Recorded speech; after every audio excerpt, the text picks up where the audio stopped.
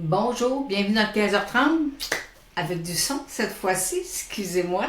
Alors, on recommence. Aujourd'hui, deux grosses nouvelles. On a Canadian Tire et EMEA c'est des journées un petit peu plus difficiles pour eux. Alors, on va aller voir comment vont les marchés présentement. Alors, on est présentement à 20 minutes avant la fermeture des marchés. Le Dow Jones affiche une baisse de 27 points et le TSX affiche une baisse, lui, de 99 points à 15 534. Aujourd'hui, je vais vous parler de Bombardier, Canadian Tire, Chipotle, Sun Life, Essentiel Énergie, Financial, Split, on a EMEA aussi. Alors, on a plusieurs questions là, au niveau des gens qui... pour le secteur. Alors, on va aller voir, on va commencer immédiatement avec, je vais vous présenter le titre, on va commencer avec le secteur du Dow Jones. Alors, je vous mets le graphique, je vous reviens avec le graphique du Dow Jones. Là, je vais aller vous le mettre un petit peu. Pour une 13e journée d'affilée, le Dow Jones, là, on est dans un couloir latéral. Alors, le marché va réagir là, d'un sens ou de l'autre. Puis là, je vais aller vous mettre, que je vous en parle jamais, mais je vous mets l'indice de volatilité qui a l'air, quand on regarde à court terme, qui a l'air excessivement haut. Mais regardez, non, il est vraiment bon. L'indice de la volatilité, elle est basse. Alors, pour l'instant, il faut aller, soyez assurés qu'on va avoir une variation qui va se faire là, sur le secteur autant américain que canadien. Il va avoir la volatilité va commencer à vouloir monter. Et qui dit volatilité dit un mouvement qui soit haussier ou baissier, mais il va y avoir quelque chose qui va arriver. Au niveau du marché canadien, j'ai le TSX qui est dans un couloir. Il est vraiment sur mon support et mon TSX dans un couloir, dans un biseau d'élargissement. Et on est vraiment aussi, mes moyennes mobiles B34 sont plates. Alors il y a aussi un revirement. Il y a quelque chose qui va arriver là, sur le TSX là. Prochainement, là, est-ce qu'on va repartir dans une jambe haussière ou on va venir corriger à la baisse? Pour l'instant, faut surveiller, mais on sait pas qu'est-ce qui nous parle, parce que j'ai pas présentement de signaux comme tels là, de baisse. Là. J'ai des signaux de repli, mais rien, j'ai pas de calcul là, négatif. Alors, on a le S&P de la finance qui lui a cassé son support et il est en train de venir tester sa moyenne mobile 200 jours à 276. Et vous savez qu'aujourd'hui, il y a une entreprise de cotation qui a abaissé tout le secteur bancaire canadien. Alors, ça va avoir des répercussions. Là, généralement, ça peut avoir des hausses de taux là, pour au niveau des financements. EMEA, ancien titre d'Aéroplan. Aujourd'hui, Air Canada a annoncé que il allait, à partir de 2020, il allait arrêter de faire affaire avec eux. Alors, le titre était à 4, présentement, à un moment où je vous parle, le titre est à 5,55 en baisse de 62%. Il n'y a rien à faire. Moi, j'avais une cible dessus à 6 $. Alors, ça fait, voyez-vous, là, ça fait presque plus d'un an, là, en mars 2016, là, que le titre, moi, j'avais une cible baissière. Alors, puis ça, oubliez ça, il va falloir qu'il y ait un changement terrible, mais c'est pas... éviter, à moins qu'il y ait un trader qui soit très très très fort là, puis mais pour l'instant c'est à éviter. Notre beau petit titre de Bombardier qui a fait parler qui a fait couler beaucoup d'encre, je vous dirais depuis quelques semaines là, et aujourd'hui tous les gros actionnaires, les gros actionnaires ils ont passé des commentaires en disant, bon, écoutez, ils ne veulent plus avoir, ils veulent avoir des changements de la direction, puis ils veulent avoir aussi au niveau de la rémunération, mais le conseil, les votes aujourd'hui ont fait que M. Baudouin a été réélu. Alors, vous savez, ils ont des votes multiples. Alors, il n'y a absolument rien à faire, quand même que tout le monde, puis ils ont maintenant tout leur financement. Il n'y a rien à faire. Alors, quand même que ça fait juste créer pour les journaux, puis les téléjournaux, des choses comme ça, ça fait juste lui créer un peu plus de quoi dire, là, mais oubliez ça. Fait que s'il part par en haut, on l'achètera, mais pour l'instant, il n'y a pas grand-chose à faire. C'est pas la caisse de dépôt, puis Thatcher, puis tout ça qui ont le contrôle sur Bombardier. Alors, c'est la famille avec les votes multiples. Aussi simple que ça.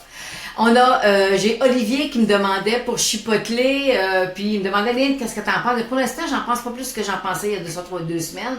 Mon objectif à 490 a été atteint.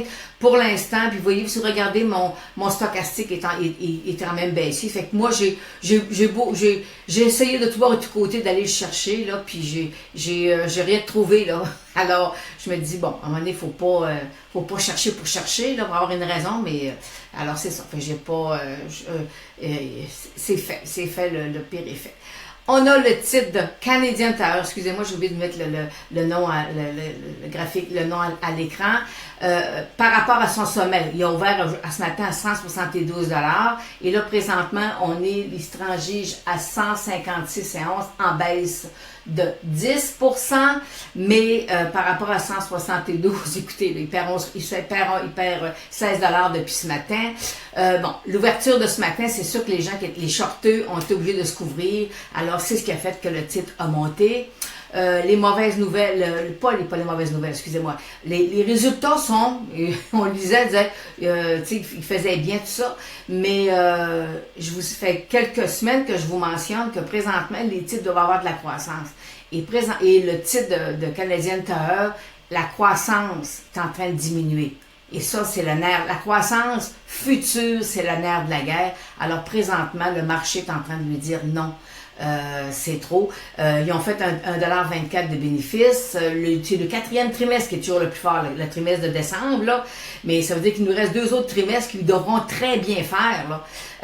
Ils devraient faire 210 par action minimum, là, pour être capable d'aller chercher le 10 piastres qu'estimé par les analystes. Et tout à l'heure, je disais que il y a certains analystes qui disent, ah non, ils feront pas 10, ils vont faire 9 et quelque chose. Fait que là, 9 et quelque chose, puis ils ont plus une croissance de 9%, peut-être qu'elle est en train de descendre aussi. Fait que c'est ce qui fait que le marché présentement est en train de réagir aux bénéfices. Alors, et moi, j'avais mis, pour mes clients, là, je vous avais mis une analyse là, sur Canadian Tire, puis je vous disais, guettez le 165. Alors, c'est fait. Alors, fait que je vais venir vous faire une analyse là, ce soir. Là, je vais venir confirmer là, mes dires là, sur le titre de Canadian Tire.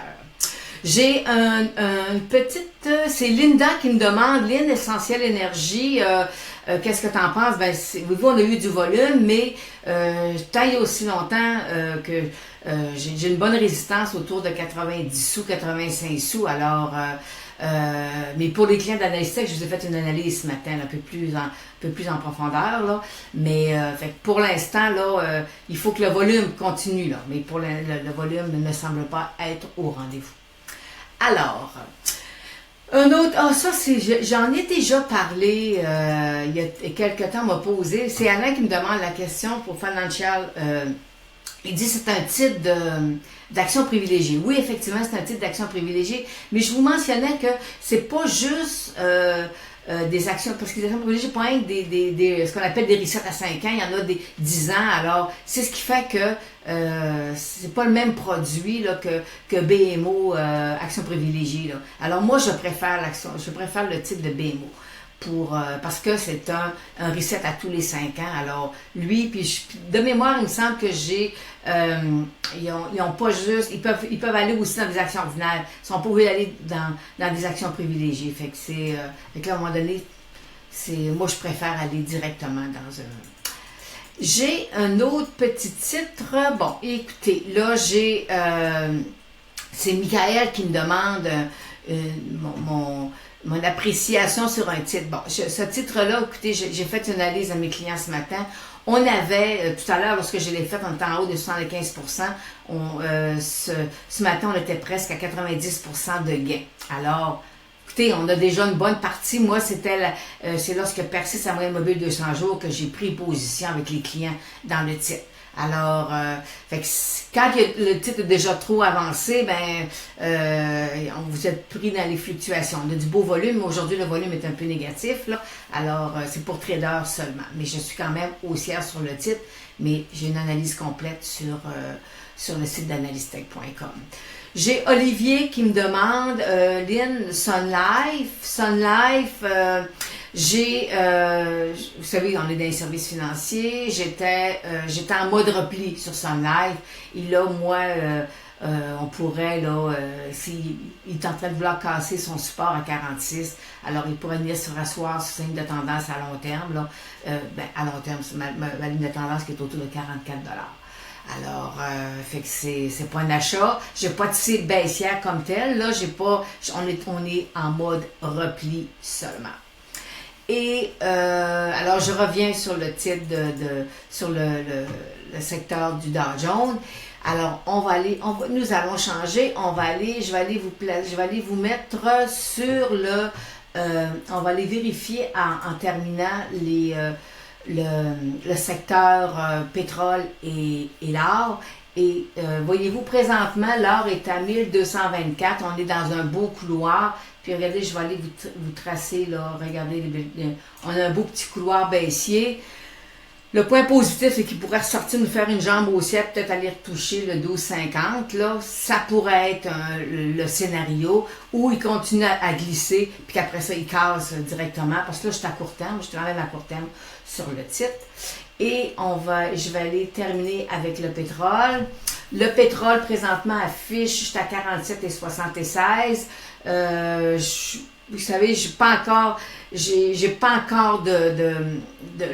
le rebond qu'on a, je dois le valider. Je suis pas sûre, ça pourrait durer quelques semaines là, avant qu'il retourne à mes 53, 55 là. Alors, je suis un peu plus prudente là, présentement sur le pétrole à court terme là. Alors, mais on a le repli il est là. Alors, on va terminer, on va retourner avec voir ce que nos marchés nous affichent présentement. Nous sommes à 10 minutes avant la fermeture des marchés. Le Dow Jones est en baisse de 20 points, le TSX est en baisse de 85 points. Alors, ça va bien, c'est des beaux, c'est une journée, c'était plus négatif sur le marché américain ce matin. Puis, mais là, ça a l'air à vouloir se stabiliser. Alors, c'est ce qui termine aujourd'hui le 15h30 et avec du son. Alors, fait que je vous souhaite, on se revoit mardi prochain.